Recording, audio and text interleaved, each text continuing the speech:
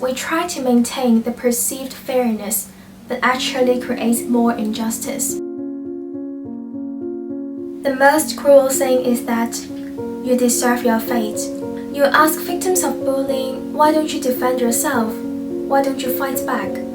You criticize that how could someone be so stupid when you see telephone scam, romance scam news appear on TV. Her clothing was too seductive. She drank too much and didn't know how to protect herself. They provoked the crime. They deserve their fate.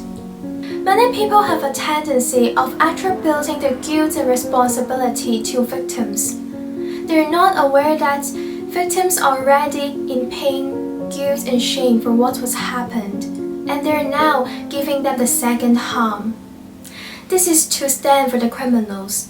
This is to excuse the crime by blaming the victim. We usually associate it with sexual abuse or harassment cases, but now I found that it's not only a behavior related to a particular issue, but a kind of culture that we should get rid of. Ironically, behind such thinking is our belief in justness. This is pretty sarcastic. We often grumble about how unfair the world is, that politicians should not even exist. Why am I not appreciated?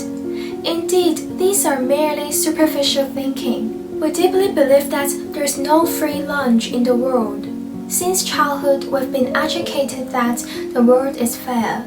You give effort to get something.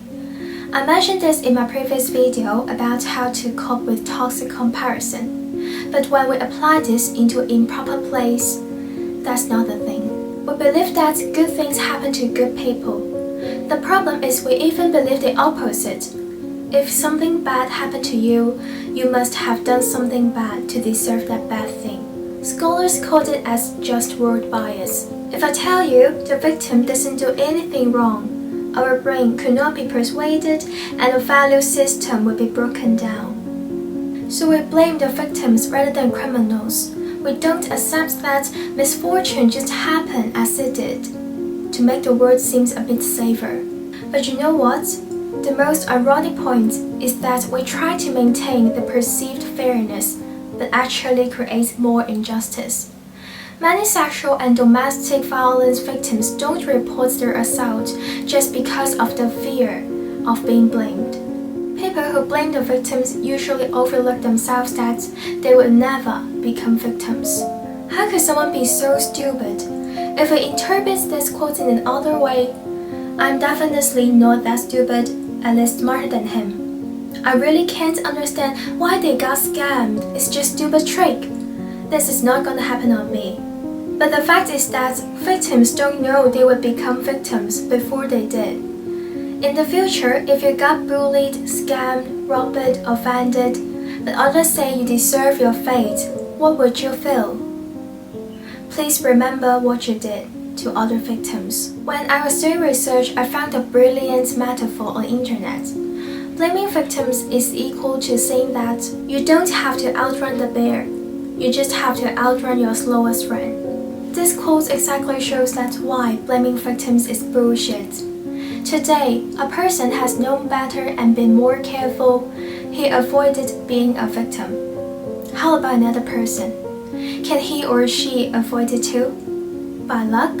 As long as we don't get rid of perpetrators, the root of problem, there's always another victim. Emphasize victims' responsibility again and again only provide failure more excuses to harm another person. Don't be their accomplice. Think before you judge. It's never the victim's fault.